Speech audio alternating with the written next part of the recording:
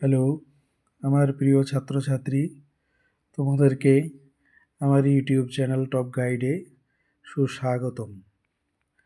আমরা ইতিপূর্বে ক্লাস 7-এর কোষে দেখি 3 এর 5 নম্বর পর্যন্ত অঙ্ক দেখেছি। আজকে আমরা তারপর থেকে শুরু করতে যাচ্ছি। প্রথমে আমরা দেখব 6 নম্বরে 3টি ছাতা বা একটি চেয়ারের দাম 600 টাকা।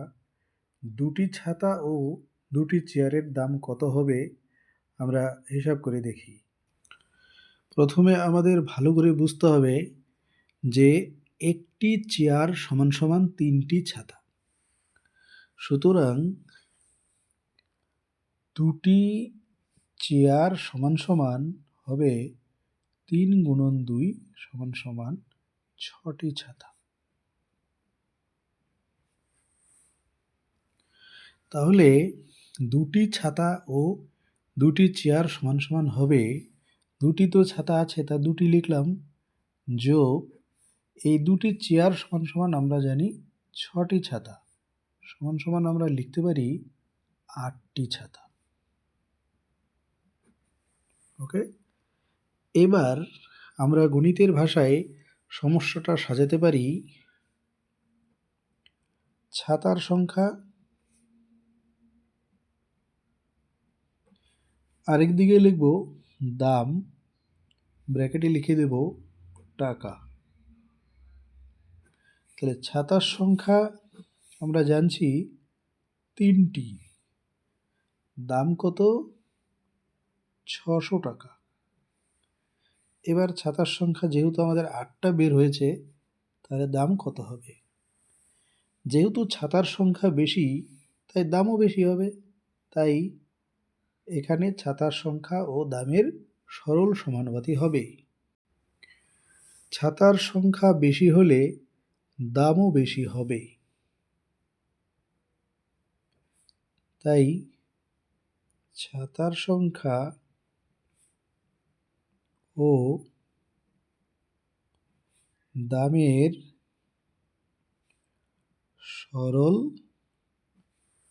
সমানুপাতি হবে।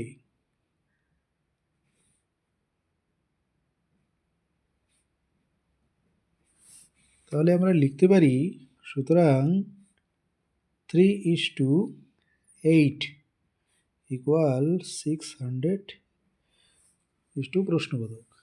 যেহেতু চতুর্থ মানের আমাদের মানটা বের করতে হবে, তাই আমরা লিখতে পারি ছাতার দাম সমান সমান লিখব, যেহেতু প্রথমের সাথে চতুর্থর সম্পর্ক, তাই আমরা লিখব 8 × 600/3।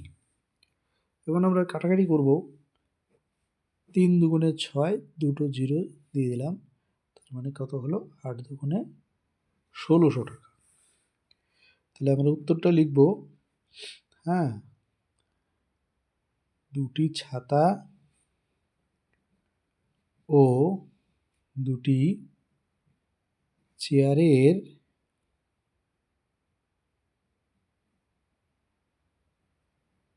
দাম 1600 টাকা।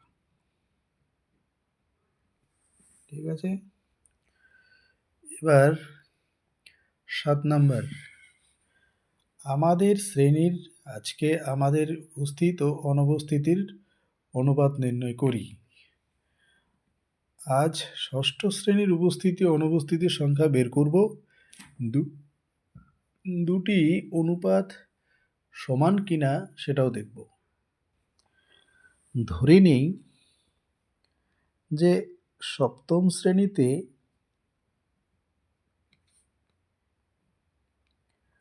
উপস্থিত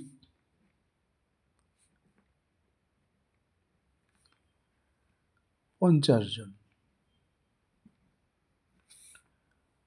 সপ্তম শ্রেণীতে অনুপস্থিত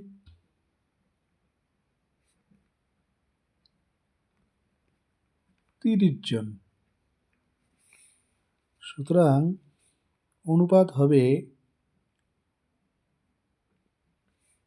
50:30, তার মানে কত হবে? 5:3 হবে। একইভাবে ষষ্ঠ শ্রেণীতে উপস্থিত 20 জন, অনুপস্থিত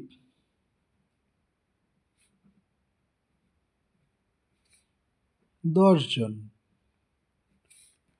সুতরাং অনুপাত হবে 20:10, তার মানে 2:1। আমরা এখানে দেখেছি যে সপ্তম শ্রেণীর উপস্থিতি অনুপস্থিতির অনুপাত 5:3 আর ষষ্ঠ শ্রেণীতে হচ্ছে 2:1। তাহলে আমরা দেখলাম যে দুটি অনুপাত সমান নয়। এবার হচ্ছে 8 নাম্বার। নিচে একটা রঙের ঘর আছে, এই ঘরগুলি থেকে গুনে গুনে আমাদের দেখতে হবে। প্রথমে প্রশ্নে আছে লাল নীল ঘরের সংখ্যার অনুপাত, বাদামি বেগুনি ঘরের সংখ্যার অনুপাত। তারপর সিতে আছে লাল ও সবুজ ঘরের সংখ্যার অনুপাত, বাদামি হলুদ বর্ণের অনুপাত। তাহলে আমরা প্রথমে যেহেতু লাল ও নীল, আমরা এখানে দেখি লাল কতগুলি ঘর আছে গুনে দেখব। প্রথমে দেখছি 1 2 3 4 5 6 7 8 9 10 11 12 13 14 15 16 17 18 19 20 21 22 23 24 25 26 27। তাহলে আমরা প্রথমে 8 এর লাল ইস্টু নীল এ নাম্বার লিখে নিচ্ছি। আমরা তাহলে এখানে লাল লিখেছি 27টি। তাহলে নীল কতগুলো আছে একটু গুনে দেখি। 1 2 3 4 5 6। তাহলে আমরা দেখছি এখানে নীল আছে 6টি। এটাকে যদি আমরা ছোট করি তাহলে কি করব? 3 দুগুণে 6, 3 নং হবে 27। এবার বিতে আছে বাদামি ইস্টু বেগুনি। দেখি তাহলে বাদামি এবং বেগুনি কয়টি আছে।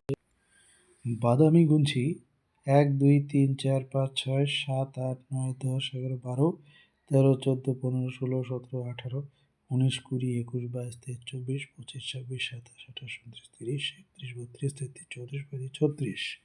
তাহলে আমরা এখানে দেখছি বাদামি আসে 36টি। বাদামির জায়গায় আমরা 36 লিখলাম। এখন দেখছি বেগুনি কয়টা আছে। এখানে আমরা বেগুনিটা গুনে দেখি 1 2 3 4 5 6 7 8 9 10 11 12 13 14 15 16 17 18 19 20 21 22 23 24 25 26 27 28 29 30 31 32 33 34 35 36 37 38 39টি। এখানে আমরা দেখলাম বেগুনি আছে 39টি। এটাকে ছোট করি, 3 12 36, 3 13 হয় 39। এবার দেখব আমরা লাল এবং সবুজ।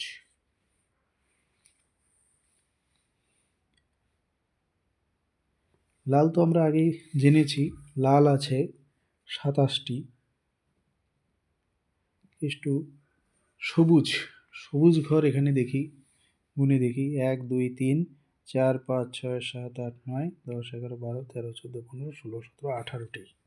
তাহলে আমরা এখানে দেখলাম সবুজ আছে 18টি।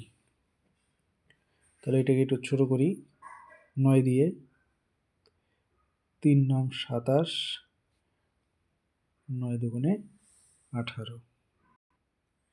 আমরা আগেই বাদামি দেখেছি 36টা আছে ইস্টু। এবার দেখি হলুদ কয়টা, গুনে দেখি 1 2 3 4 5 6 7, এখানে 8 9 10 11 12 13 14 15 16 17 18 19 20 21 22 23 24টি। তাহলে এখানে আমরা হলুদ দেখতে পেলাম 24টি। 3 12 36 বা 3 8 24। এবার 9 নম্বর, দুটি শরবতে সিরাপ ইস্টু জলের অনুপাত 2:5 এবং 6:10 কোনটি বেশি মিষ্টি? তাহলে আমরা লিখতে পারি প্রথম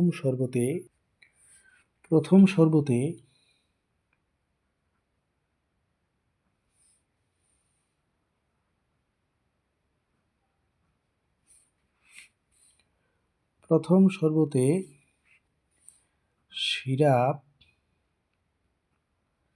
বাই জল বইয়ে দেওয়া আছে 2:5, তার মানে আমরা লিখতে পারি 2/5। এবার দ্বিতীয় শরবতে সিরাপ বাই জল আমরা লিখতে পারি 6/10। এখানে উভয় জায়গায় হর, এটাতে আছে 5, এটাতে আছে 10। তাহলে আমরা দুইটাই হরটাকে সমান করব। তাহলে 10-এর সাথে কত গুণ করলে 10 হয়? উত্তর হবে 1। এখানেও 1 দেব, উপরেও এখানে 1 দেব। সুতরাং 6-কে 6, 10-কে 10। এখানে আমরা যদি 10 মিলাতে যাই 5-এর সাথে 2 গুণ করতে হয়, তাহলে এই 2-এর সাথেও 2 গুণ করতে হবে। এখানে লিখলাম 10 আর এখানে 2 দুগুণে হবে 4। এখানে আমরা নিশ্চয়ই দেখতে পেলাম যে হর দুই জায়গাতেই 10-10, আর নিচের অর্থাৎ দ্বিতীয় শরবতে আছে 6, তার মানে বেশি। আমরা তাহলে বলতে পারি দ্বিতীয় শরবত বেশি মিষ্টি। এটা হলো 9 নম্বর। এবার 10 নম্বর, জল জমে বরফ হলে তার আয়তন 10% বাড়ে। কিছু পরিমাণ জল ও তার থেকে বরফের অনুপাত কি হবে? তাহলে আমরা ধরি কিছু পরিমাণ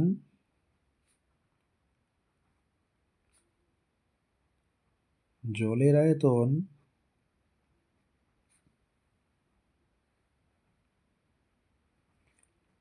100 ঘন একক।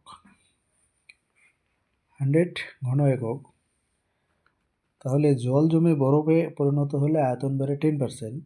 তাহলে জল বরফ হলে আয়তন হবে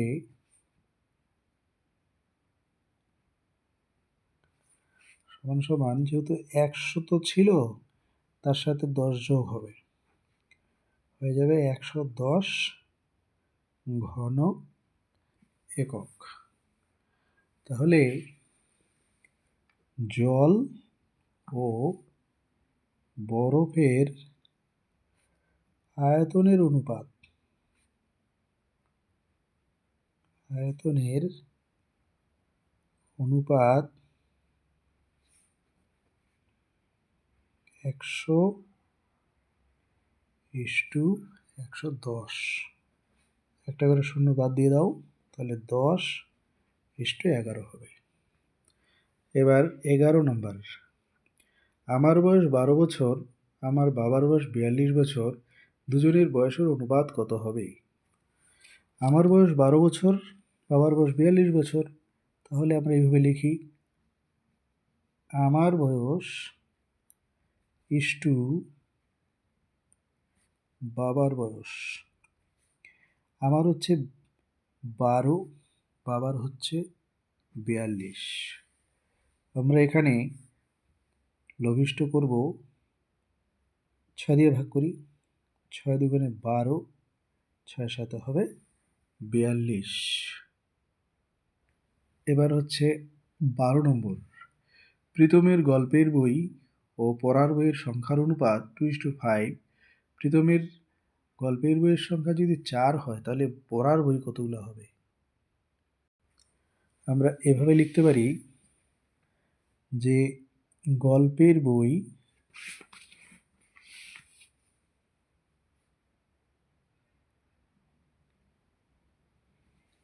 বাই পড়ার বই সমান সমান লিখতে পারি 2/5। আর একটা সমান সমান দিয়ে, যেহেতু এখানে গল্পের বই দেওয়া আছে তাহলে আমরা উপরে লিখব 4 আর এখানে আমরা দেব প্রশ্নবোধক। সুতরাং পড়ার বই সমান সমান আমরা কি করব, এই 5 এবং 4 বজ্র গুণন আর নিচে দেব 2, 2 দুগুণে 4, 5 দুগুণে কত হবে 10টি। এবার হচ্ছে 13 নম্বর।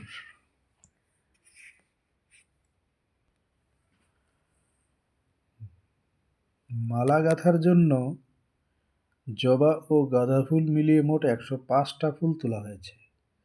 জবা ও গাঁদা ফুলের সংখ্যার অনুপাত 3:4। কতগুলি জবা ফুল আর কতগুলো গাঁদা ফুল আছে হিসাব করে দেখি। আরও কতগুলো ফুল দিলে দু রকমের সংখ্যা সমান হবে। তাহলে আমরা এইভাবে করতে পারি,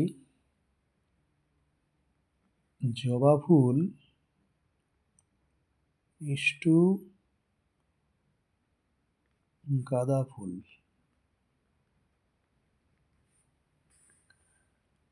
থ্রি ইস্টু 4। জবা ফুলের আনুপাতিক ভাগ হার, আনুপাতিক ভাগ হার, যেহেতু এখানে জবা ফুল 3 আর নিচে কি করতে হয়, দুইটাকে যোগ করে বসাতে হয়, 4 আর 3 যোগ করলে 7 হয়। তাহলে জবা ফুলের পর লিখবো আমরা গাঁদা ফুলের আনুপাতিক ভাগ হার, উপরে দেব 4, নিচে দেব 7। এবার যেহেতু মোট ফুল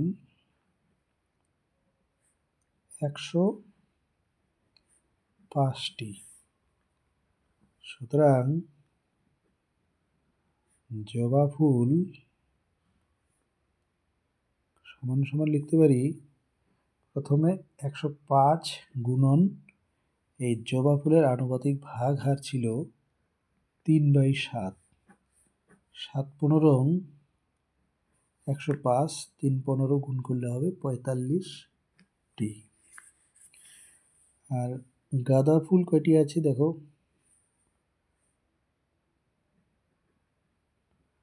105 গুণন উপরে যাবে 4, নিচে 7, এটাও একইভাবে কাটবো, 4 15 60।